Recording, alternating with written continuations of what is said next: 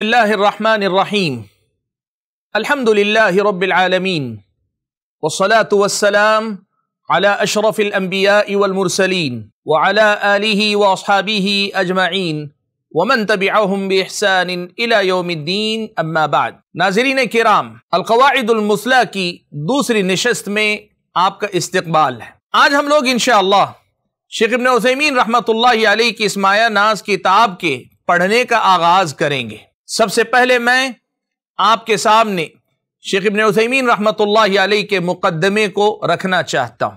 مختصر سا مقدمہ ہے، لیکن اس مقدمے میں شیخ ابن عثیمین رحمۃ اللہ علیہ نے دو تین بڑی اہم چیزیں ہمارے سامنے رکھی۔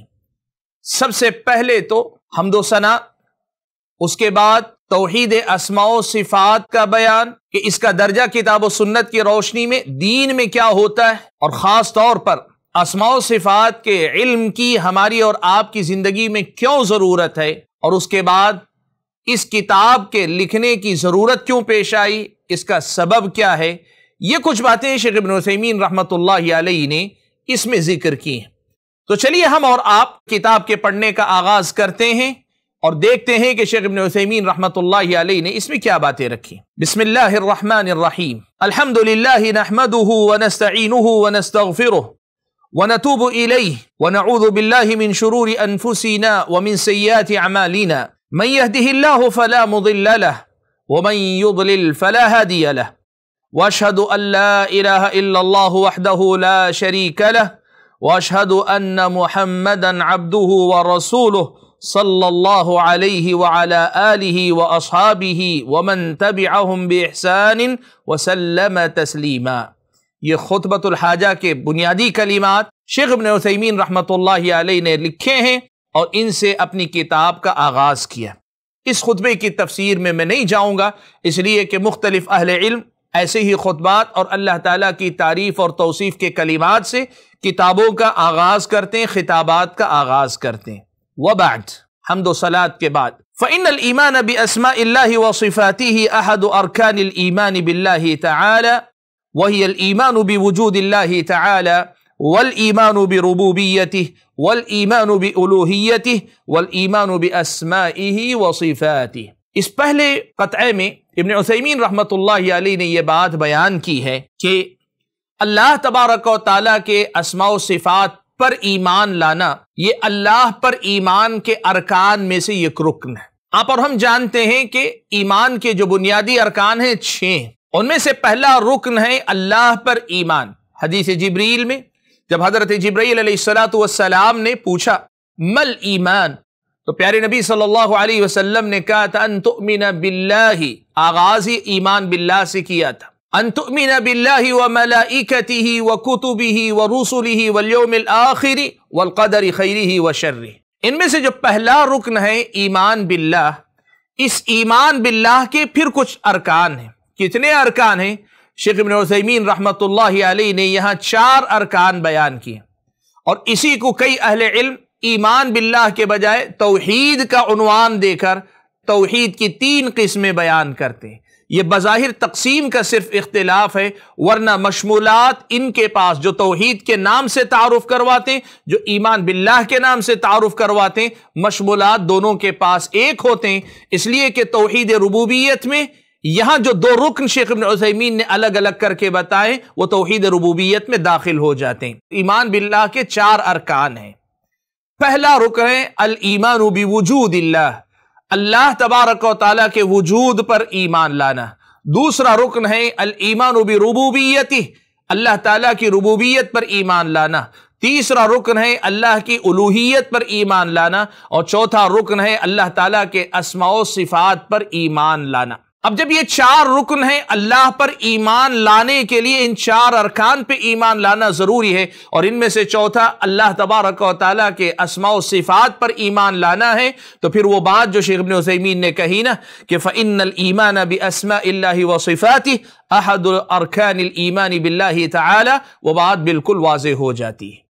تو اس اہمیت کو بیان کیا سب سے پہلے شیخ ابن عثیمین رحمۃ اللہ علیہ نے کہ اللہ پر ایمان کے 4 ارکان میں سے ایک رکن اللہ کے اسماء و صفات پر ایمان لانا ہے۔ اب اس کے بعد ایک عنوان باندھا ہے مقدمے ہی میں، منزلۃ العلم باسماء اللہ وصفاتہ من الدین۔ اب اسماء و صفات کا یہ جو مسئلہ، اگر کوئی آدمی اس کا علم حاصل کرنا چاہتا ہے، یا ایک آدمی کو یہ معلوم ہونا ہے کہ اسماء و صفات کا یہ جو علم ہے اس کا درجہ دین میں کیا ہے، تو اس کو واضح کرنے کے لیے شیخ ابن عثیمین فرماتے ہیں وَتَوْحِيدُ اللَّهِ بِهِ أَحَدُ أَقْسَامِ التَّوْحِيدِ الثَّلَاثَةِ توحید الربوبیہ وتوحید الالوہیہ وتوحید الاسماء والصفات۔ کہتے ہیں اللہ تبارک و تعالیٰ کی اسماء و صفات کے ذریعے توحید، یعنی اللہ تعالیٰ کے اسماء و صفات کے ذریعے اللہ کی توحید کا اقرار اور اس کی پابندی کرنا، یہ اصل میں توحید کی جو 3 بنیادی قسمیں ہیں ان میں سے ایک ہے۔ توحید بنیادی مسئلہ ہے دین کا، تو پھر اس توحید کو پورا کرنے کے جو 3 دروازے ہیں، ربوبیت، الوہیت اور اسماء و صفات، تو ان میں سے ایک ذریعہ ہے یہ اسماء و صفات کا علم۔ تو جو بندہ اللہ تعالیٰ کے اسماء و صفات کا علم حاصل کرتا ہے، وہ بندہ حقیقت میں اپنی توحید کو مکمل کرنے کی طرف آگے بڑھتا ہے۔ کہا وَتَوْحِيدُ اللَّهِ بِهِ، اسماء و صفات کے ذریعے اللہ تعالیٰ کی توحید کو ماننا، اقرار کرنا، اس کے تقاضوں کو پورا کرنا۔ احد اقسام التوحید الثلاثہ، توحید کی 3 قسموں میں سے ایک بات ہے توحید الربوبیہ وتوحید الالوہیہ وتوحید الاسماء والصفات۔ آگے کہتے ہیں فمنزلته فی الدین عالیہ واہمیتہ عظیمہ۔ اس سے معلوم ہوتا ہے کہ اس مسئلے کی، توحید اسماء و صفات کی، دین میں بڑی اونچی حیثیت ہے، اور اللہ تبارک و تعالیٰ نے اس کا بڑا اونچا درجہ متعین کیا ہے اور اس کی بہت زیادہ اہمیت ہے۔ اب اس اہمیت کو واضح کرنے کے لیے ایک بڑا مسئلہ بیان کرتے ہیں، فرماتے ہیں وَلَا يُمْكِنُ أَحَدًا أَن يَعْبُدَ اللَّهَ عَلَى الْوَجْهِ الْأَكْمَلِ حَتَّى يَكُونَ عَلَى عِلْمٍ بِأَسْمَاءِ اللَّهِ تَعَالَى وَصِفَاتِهِ لِيَعْبُدَهُ عَلَى بَصِيرَةٍ۔ کہتے ہیں کہ کسی بھی آدمی کے لیے اللہ کی عبادت علی الوجہ الاکمل، یعنی پوری طرح سے کمال کے درجے تک پہنچ کر اگر کوئی اللہ تعالیٰ کی عبادت کرنا چاہتا ہے تو اللہ کی عبادت تو ہوگی، لیکن عبادت کو کمال تک پہنچا کر، اس کے اعلیٰ مقام تک لے جا کر، عبادت کے سب سے اعلیٰ مقام پر پہنچ کر اللہ کی عبادت اگر کرنا چاہتا ہے تو ایسا چاہنے والے کی چاہت پوری نہیں ہو سکتی، اس کا مقصود اسے حاصل نہیں ہو سکتا، یہاں تک کہ وہ اللہ تبارک و تعالیٰ کے اسماء حسنہ اور اللہ تبارک و تعالیٰ کی صفات علیہ کا علم حاصل کرے۔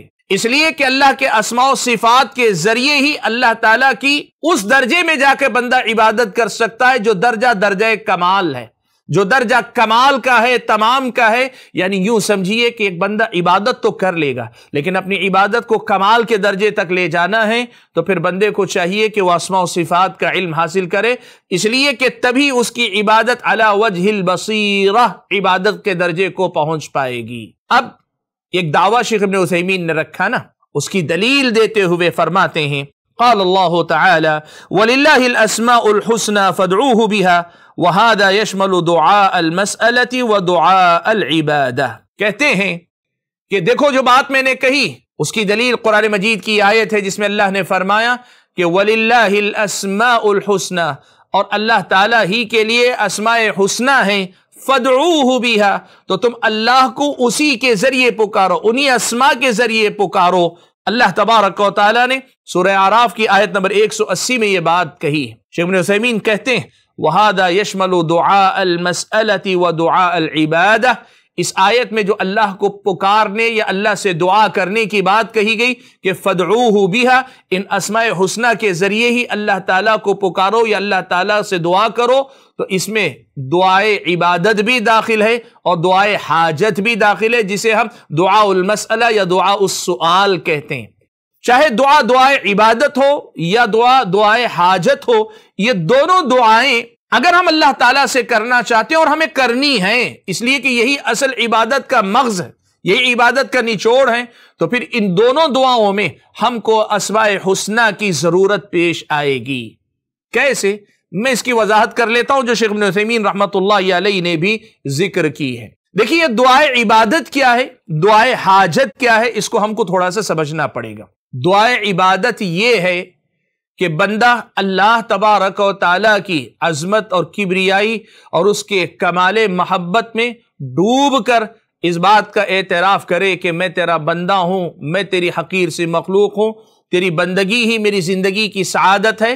بندہ اللہ کی تعظیم، اس کی کبریائی، اس کی بڑائی بیان کرنے کے لیے اللہ کو پکارے، جیسے کہ یا اللہ، یا رحمان، یا عزیز، یا غفور، یا ذی الجلال والاکرام، یا حی یا قیوم۔ تو اللہ تبارک و تعالیٰ کی عظمت اور کبریائی اور اللہ تعالیٰ کی عبادت کا اظہار اللہ کے سامنے کرنا بندہ چاہتا ہے، اس کو ہم کہتے ہیں دعائے عبادت۔ اور دوسری چیز ہے جس کو ہم کہیں دعائے حاجت، یعنی آدمی اپنی کسی دنیاوی ضرورت کے لیے اللہ تعالیٰ کو پکارے۔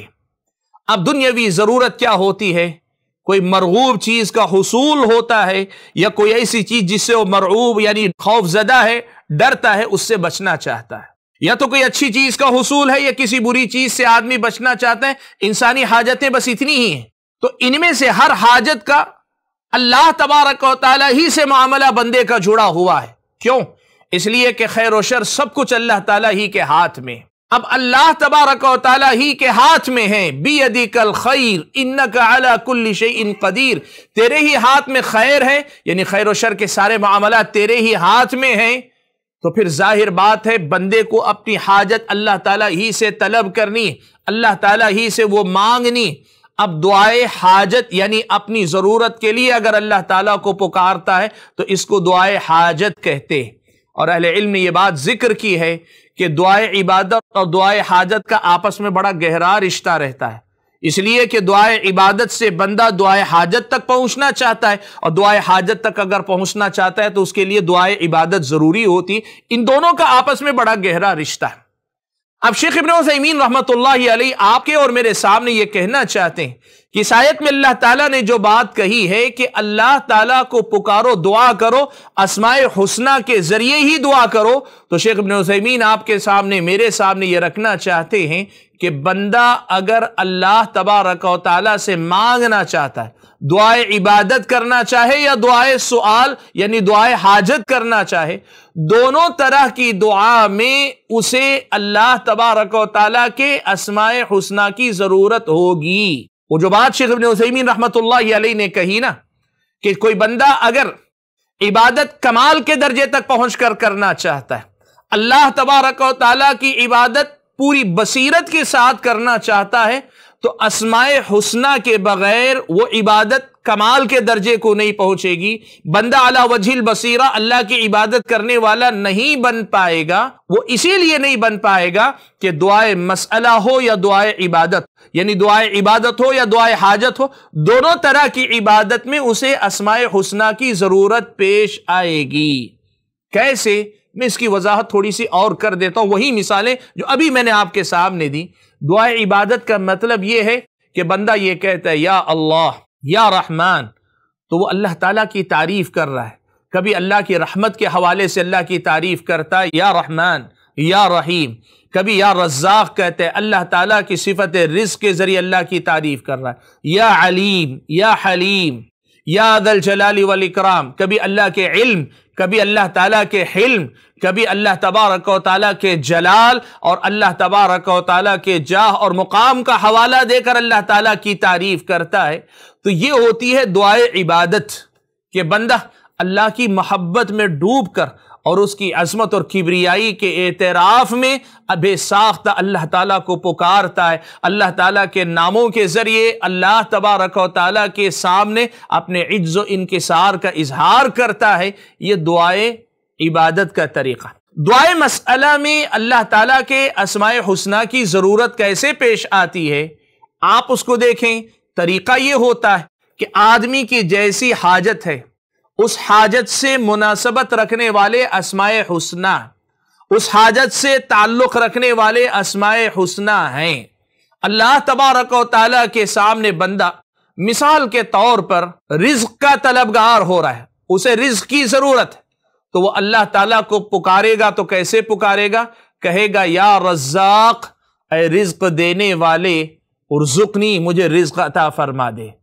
اللہ تبارک و تعالیٰ کی رحمت کا محتاج ہوگا، اللہ تبارک و تعالیٰ کے رحم و کرم کی اسے ضرورت ہوگی، وہ کہے گا یا رحمان، یا رحیم، ارحمنی۔ اللہ تبارک و تعالیٰ کی مغفرت کی ضرورت ہوگی، اس کو کہنا پڑے گا یا غفور یا غفار اغفر لی، اے گناہوں کے بخشنے والے میری بخشش کر دے، مجھے معاف فرما دے۔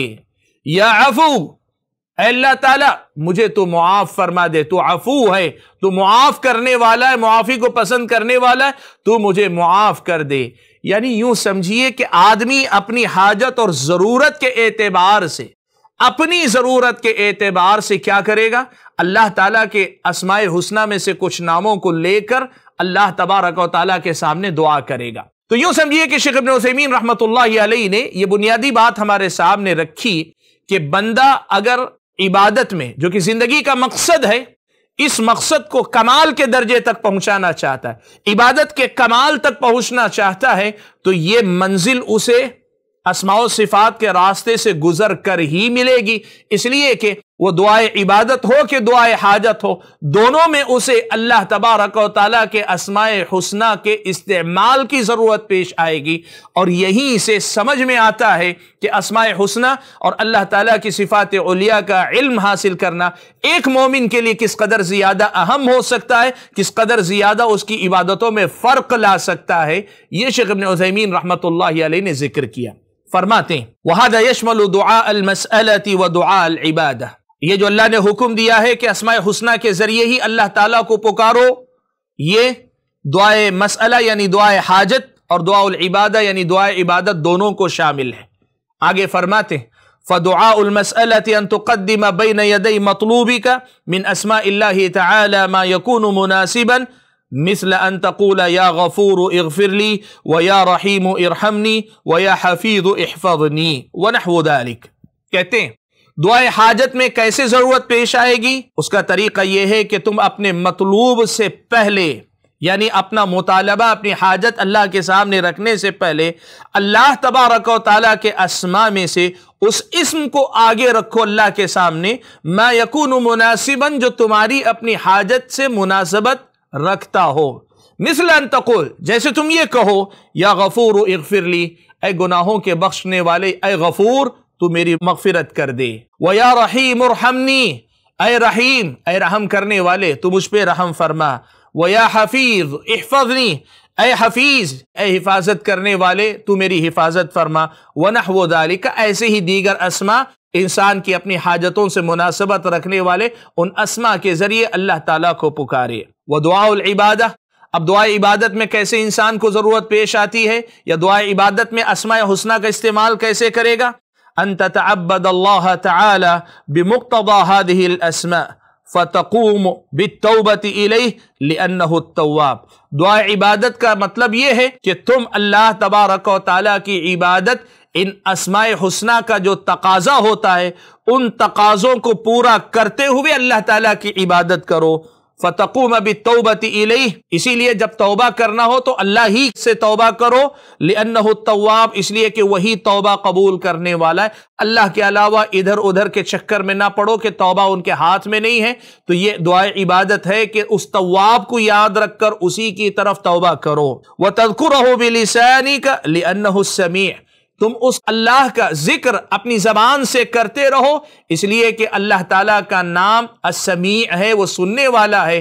دعائے عبادت یہ ہے کہ اللہ کا ذکر تم کرتے ہو تاکہ اللہ کو سنا سکو، تو السمیع کا تقاضا۔ وَتَتَعَبَّدَ لَهُ بِجَوَارِحِكَ لِأَنَّهُ الْبَصِيرُ، تم اپنے اعضاء و جوارح سے اللہ تعالیٰ کی عبادتیں انجام دیتے رہو، اس لیے کہ اللہ بصیر ہے، اللہ دیکھتا ہے، اور اللہ دیکھنا چاہتا ہے کہ تم اللہ تبارک و تعالیٰ کی کیسے عبادت کرتے۔ وَتَخْشَاهُ فِي السِّرِّ، تم تنہائیوں میں یا خلوتوں میں اللہ تبارک و تعالیٰ سے ڈرتے رہو، یا اپنے اندرون میں باطن میں اللہ تعالیٰ کی خشیت کو بسائے رکھو۔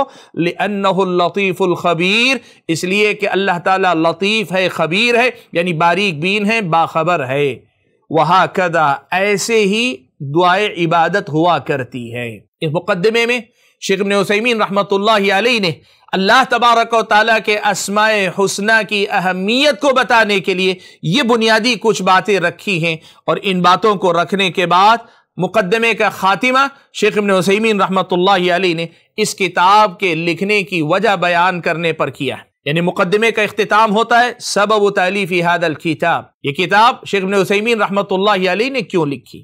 کہا ومن اجل منزلتہ ھذہ، سب سے پہلی وجہ تو یہ کہ ابھی آپ کے سامنے جو اسماء حسنہ کا جو درجہ بیان ہوا، دین میں ان کا جو مقام بیان ہوا، اور ایک بندے کی زندگی میں اسماء حسنہ کی کتنی اہمیت ہے، کتنی ضرورت ہے، یہ جو تذکرہ ہوا، اس اہمیت کے پیش نظر ایک وجہ تو یہ ہے کتاب لکھنے کی، وَمِنْ أَجْلِ كَلَامِ النَّاسِ فِيهِ بِالْحَقِّ تَارَةً وَبِالْبَاطِلِ لِلنَّاشِئِ عَنِ الْجَهْلِ أَوِ التَّعَصُّبِ تَارَةً أُخْرَى۔ دوسری وجہ یہ بنی کہ لوگ اسماء حسنہ کے باب میں جو لکھتے بولتے ہیں، ان میں سے کچھ لوگ تو الحمدللہ حق کی پیروی کرتے ہوئے لکھتے بولتے ہیں اور حق کے تقاضوں کو پورا کرنے کے لیے لکھتے ہیں، لیکن وہیں ایسے بھی ہوتا ہے کہ کئی بار لوگ جہالت اور تعصب کی زد میں آ کر اسماء حسنہ کے باب میں بات کرتے ہیں تو غلط سلط بات کرتے ہیں، غلط باتیں اللہ تعالیٰ کے اسماء و صفات کے باب میں داخل کر لیتے ہیں، وہ باطل جو لوگوں کی جہالت اور تعصب کی وجہ سے کئی بار در